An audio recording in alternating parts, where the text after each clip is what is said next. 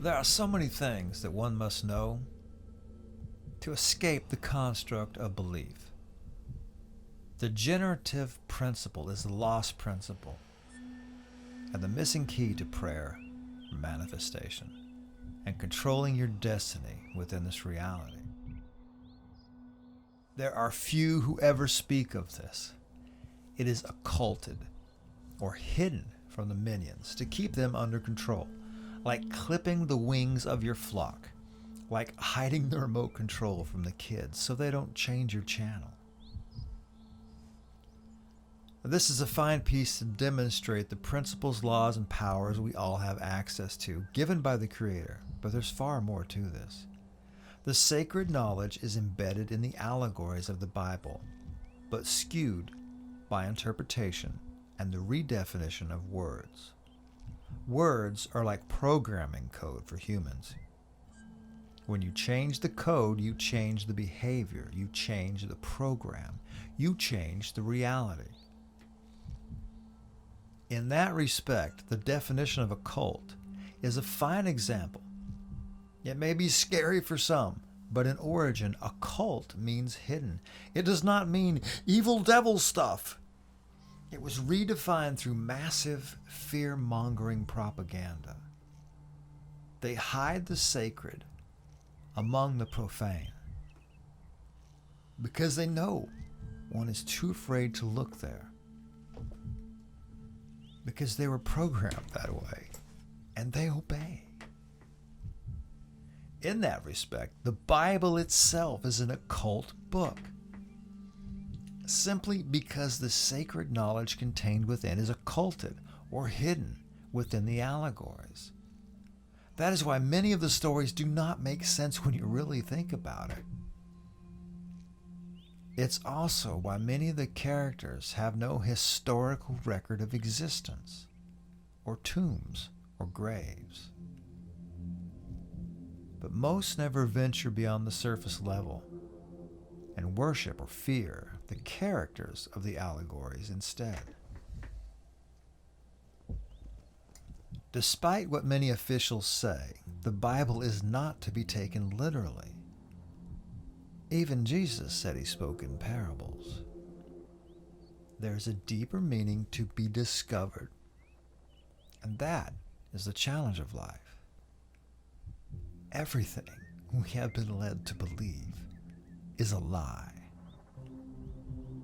The controllers want the masses reliant on the church or the state, and never realizing the power they have within themselves, because they can't have the minions changing their reality. You don't need to pay your 10% to a shiny preacher man in a silk suit to attain salvation. God gave you the powers to learn, to save, heal, and lead yourself through the internal directive, what some call the Holy Spirit. The kingdom is within you, but they occult that reality from the people, as well as the seminary and indoctrinated preachers, through the manipulation of the sacred texts and interpretations. If you accurately break down the allegories and parables in the Bible, you will see that is what's being taught. Otherwise, it's like eating a fortune cookie without ever knowing there's a fortune within, and crapping it out without a clue. The Kybalion contains much of the key sacred knowledge that is in the Bible. Without the allegories, one must decode to discover meaning. It's a great breakdown of the Creator's natural principles and laws. This original knowledge predates the Bible, and the author is unknown. It's also likely that Hermes was an allegorical character as well, but that is of less importance. Despite being led to believe that we must consider the source, because it's easy to discredit the source and control the information. It's the information that is most crucial. The kingdom is within you. That's in the Bible. The all is mind. And that's the Kybalion. Turn off the TV and tune into yourself.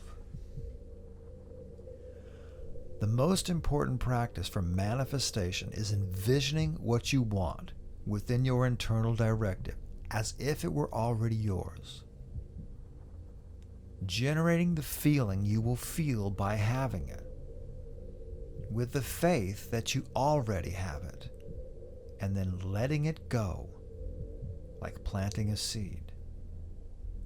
It's the emotion, the vibration, the feeling that gives it energy and life.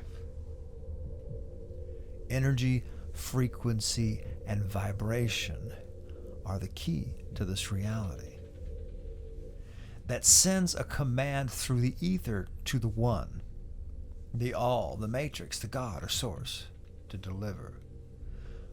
Though we all interpret the Father differently based on our programming or level of enlightenment, you are still effectively praying to God, but instead of using words to ask or beg, you're using imagery and emotion to deliver.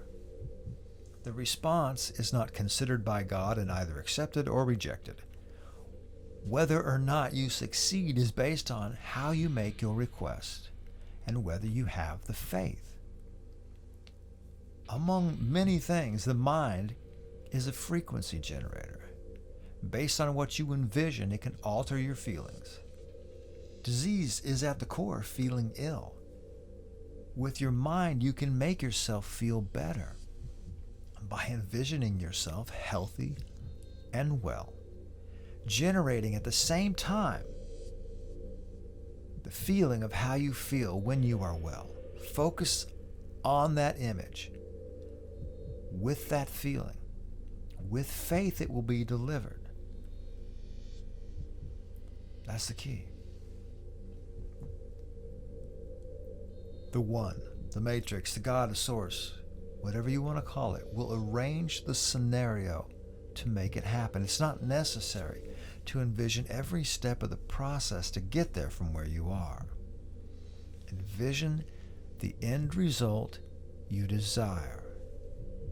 The exception is when you want to change the world for everyone else. Now, that requires a threshold of others to share the same vision. When two or more are gathered in my name. That is how media, magic, predictive programming works. They're showing the masses the imagery of what they want. They are making them feel the feeling that it is real. They're not telling you what they're doing in advance. They're planting the seed in your garden to grow it for them. It's mass programming. They're hacking the hive to control reality in their favor. Turn off the cult of media and tune in to your internal directive. And rewrite the program that you want. Envision the reality that you want. And feel the feeling of how you will feel when that is your reality. And have faith that that is your reality. Now, the Easter egg hunt is to teach us to look deep in the brush for the colorful and delicious treasures hidden in plain sight.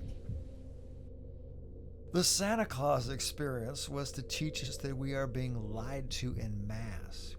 And yes, most everyone is in on it. We must break down all the fabrications in this reality to discover truth.